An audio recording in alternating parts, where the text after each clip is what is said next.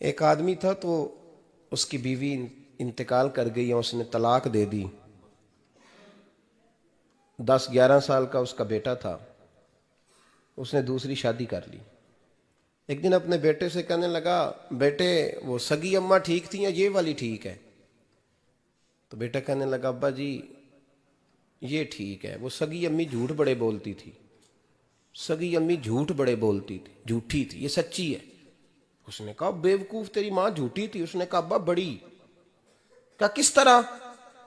कहने लगा, अब्बा जी मैं ना कभी, आपको पता मैं शरारती हूं, कभी मैं शरारत करता था ना, कोई बर्तन तोड़ देता था तो मेरी सगी अम्मा मुझे थप्पड़ मार के बाहर निकालती थी। कहती थी मैं ताला लगाऊंगी बावर्ची खाने को, तुझे सारी रात रोटी नहीं देनी, तू आज भूखा ही रहेगा। बिल्कुल नहीं देना, सारी रात नहीं देना। बड़े दावे करती थी, कसमें उठाती थी, पर बड़ी झूठी थी। आधा घंटा भी नहीं गुजरता था तो गलियों में मुझे ढूंढने लग जाती थी, ढूंढ के लाती थी, ढूंढ के। और ला के ना तो गलती मेरी होती थी, रोना मेरी अम्मा शुरू कर देती थी। वे ओए मैनू ना सताया कर वे पुत्रा। फिर मेरी मर्जी का खाना मुझे पका के देती थी, मेरी मर्जी का। और फिर मेरी अम्मा मुझे तोहफा भी देती थी।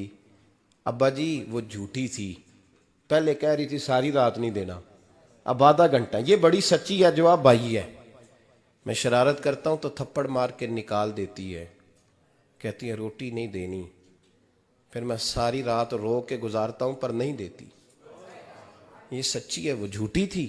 तुम मां के दर्द को क्या समझे?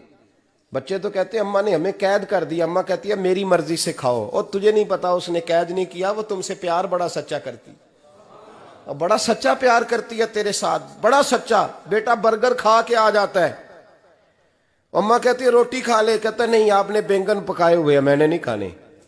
तो अम्मा मिन्नतें करती है, कहती है चल तू दस की खाना है, तेनू सेवियां ना बना दिया, फटाफट दाल पक जाएगी, क्या खाएगा? वो अब्बा जी मेरी तरह करीब से कहते हैं छड़ पर, भूख लगेगी तो आप ही खा लेगा। लेकिन अम्मा कहती है इसने रोटी ना खाई तो मुझे नींद नहीं आएगी। तो इस दर्द को समझना। मैं गुलाम हूं एक आस्ताने का, और मैं समझता हूं जो किसी का मुरीद ही नहीं, उस पर तो साया ही नहीं। उसे चाहिए किसी बुजुर्ग का साया हासिल करे।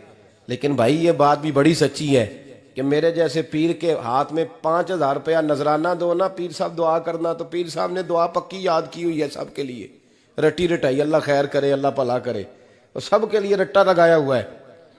और अम्मा को बेटा वैसे ही कह जाए, वैसे ही, अम्मा मैं इंटरव्यू देने जा रहा हूं, जरा दुआ करना, वो बीबियां मंगा के दुआए तंजीना पढ़ाना शुरू कर देती है, और सारी सारी रात मुसल्ले पे बैठी। इस दर्द को समझना। और भाई बड़ा वेल ड्रेस बेटा होता है, वेल ड्रेस नौजवान, वो 18,000 का जोड़ा पहनता है, 7,000 का जूता खरीदता है, वो कीमती किस्म की घड़ी इस्तेमाल करता है। लेकिन उसी बच्चे के जब अपने बच्चे होते हैं ना, तो बीबी को कहता है ये ले 10,000 रुपया, बच्चों के कपड़े खरीद ले, मेरे सही है अभी कल ही तो खरीदे थे। और बाप, और तू समझा ही नहीं यार, 30 साल बाप ने जवानी सारी सऊदी अरब को दे दी, लेकिन तेरा ख्याल रखा। मैं ऐसे लोगों को जानता हूं जिन्होंने 30-30 साल परदेश में कंबल नहीं बदला, और जहां गए थे तो एक कंबल खरीदा था फिर बदला नहीं। तू माँ बाप के बारे में, और यहां बच्चे हिसाब करते फिरते हैं, भाई तो पिछले महीने भी 5,000 दिता सी, तुसी पैसे का कर दे की हो? मां बाप से हिसाब करता है तू। तिरमिजी शरीफ के लफ्ज है, एक सहाबी ने आके अर्ज की, या रसूल अल्लाह पैसे विरासत के नहीं, मेरे अब्बा जी ने नहीं दिए मुझे, और मैंने खुद मेहनत करके कमाए, अब मेरा अब्बा मुझसे पैसे मांगता है तो क्या करूं? और मेरे हैं, मैंने कमाए हैं, अब्बा जी ने नहीं दिए, विरासत नहीं, हिस्सा नहीं मिला।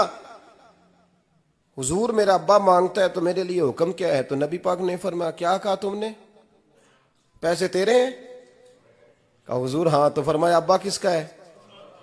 कहा या रसूलल्लाह मेरा। तो फरमाया अगर तू अपने वालिद का है तो तेरी हर शय तेरे वालिद की है,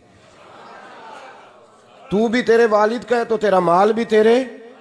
माँ और बाप ये तो हुस्न है जिंदगी का, ये तो वकार है इंसान का।